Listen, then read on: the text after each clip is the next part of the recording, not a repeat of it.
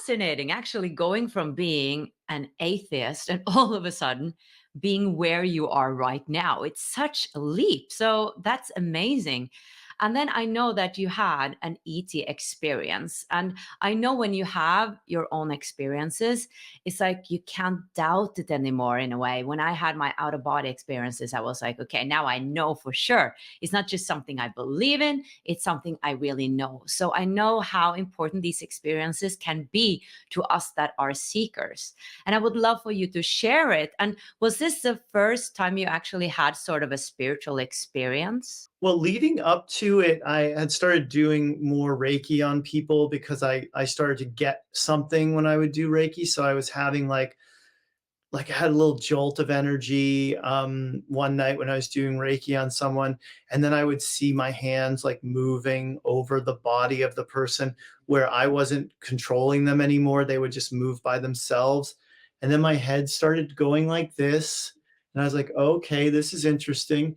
And then I started going, and I was like, wait a second, that's kind of like channeling because I wasn't doing that. That was just happening. So that was in like January, February of 2010. And then March, early March is when I had my very near death experience, like alien encounter that, Did you actually die? no, but I was suicidal. That I was actually suicidal. And I think Really? I was crying out to God for help. Like I was in so much pain physically and so much pain in my marriage and didn't want to hurt my now ex-wife, didn't want to be the one who said like this isn't working because I knew she'd be upset. And so I was just miserable about so many things, even though I had my spirituality and I loved my lifestyle of, going all over to these Abraham workshops and hanging out with my friends and talking about these spiritual things. I still had my secret, shame of like this pain in my body and this marriage I just did not want to be in. And I was just crying. I was bawling and so upset and thinking, thinking I wanted to commit suicide, but I couldn't because my ex-wife's brother had committed suicide like a year prior, and there's no way I could do that to her, and I just was like, okay, I guess I'm just, but I think I also kind of cried out to God and was like, heal me, help me, something. And it wasn't that night that it happened, but it was the next night where I was asleep and I had a dream. And in the dream was Abraham's videographer who I was friends with, but he was into all this alien stuff that I always used to kind of like roll my eyes whenever he would start talking about it. Cause I just thought, yeah, so what? Aliens, they exist, but they don't really have anything to do with us, right? Because I was such a hardliner, I would think like, well, we're all source energy, and what would we need aliens for anyway? And so in this dream I'm having, I look at Peter and I said, I understand now about the other beings. And that's the totality of the dream. We're standing in a desert somewhere.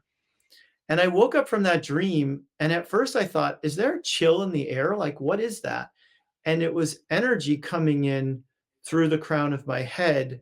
And it was pure ecstasy. And the reason I say it was near death experience like now is because I've watched so many videos of near death experiencers, and the word they use when they say it's ineffable, that's what it was. It was like, there's no words for what I was experiencing. It's so beyond any amount of pleasure, any love I've ever felt. It was amazing energy moving through my body. And I had arched my back because it felt so good. I was barely still on the bed. And at first I was just going, oh my God, oh my God, oh my God. And then I was thinking, more please, more please. And then I was thinking, one more time, one more time. And then I had the thought of the dream because obviously the dream was vivid. It was fresh in my head. And I thought, what does this have to do with that dream? And then I thought, I wonder if this has something to do with aliens. And I thought the word aliens and I got a huge surge of energy. By the way, did I say that in the dream I turned to Peter? Can't remember. And I said to him, I understand now about the other beings.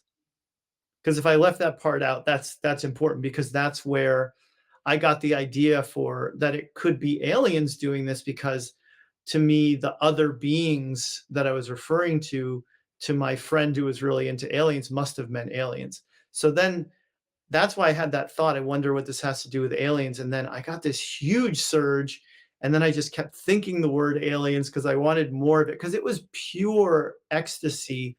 Like, I think maybe people who do heroin could understand what it was like. But it was just this pure ecstasy moving through my body, and I just wanted more of it. And eventually, once I realized, like, okay, so this is aliens doing this, I thought, I'll start talking to them. So I start having a conversation with them in my head. My eyes are closed the whole time this is happening. But I'm thinking the thoughts like, are you in another dimension? Are you no, I thought, are you here to heal me? And I knew the answer was no, because there was no response from them, like energetically. And then I said, are you here to play with me? And then I got a yes, because if it was yes, I'd get a surge of that energy through my body. And so I just kept asking questions like, do you have physical bodies? Would I be able to see you, and all that stuff? And then eventually I opened my eyes to see if they were in the room with me. And I didn't see anything, but I did start the whole process of the energy coming in through my crown, all like it was from the very beginning, the same intensity, because I had opened my eyes to see them. And then it eventually stopped, the whole thing just stopped. And at that point, during it too, the other thing I was thinking was like, oh, this is definitely going to heal me. And it didn't. It didn't heal my pain. I still had to deal with the pain for a long time afterwards. But what it did do is it made me recognize, like, okay, this is possible now. Like, this amount of ecstasy in my body is possible. And so I was already meditating. What's interesting about my story is, like, I started meditating before I was awake spiritually. So while I was that 20-something-year-old atheist who didn't know anything about this stuff, I taught myself how to meditate and didn't even call it meditation. It was just the way that I rejuvenated my energy by closing my eyes and counting my breathing, counting each breath. And so from there, I became a meditator just to get energy to, like, make it through the day. Most days I was like a zombie at some point, like I just couldn't function. And so my meditating for 10 years had become something of like an hour a day usually. And so what I wound up doing was adding time to that hour, where then I was focusing on that energy and trying to feel that energy again, and trying to get myself so I could access it somehow. And I wound up getting to the point where I could give myself full body goosebumps, but I could never recreate that experience. And I still never have. And then this is March of 2010. So then I start getting more interested in ETs, but what wound up happening was in like October of 2010, that's when I talked to Abraham, because I was at another Abraham workshop, and I got in the hot seat again, and I said, what's going on with me? Because now I'm dry heaving too, as I'm trying to access all this energy in my body. I'm starting to get dry heaves and stuff. And my friends and I, like, thought maybe I'm going to channel. So we sat in a hotel room together, and they were ready with their questions. And I was just going like this, because the energy would just like pull my face and my head and neck around, but nothing would come of it. So I just was like, okay, Abraham, what's going on? And they basically said, yes, you're going to do it. You just have to stick with what you're doing right now, and you'll work through this resistance that you have in your body to it.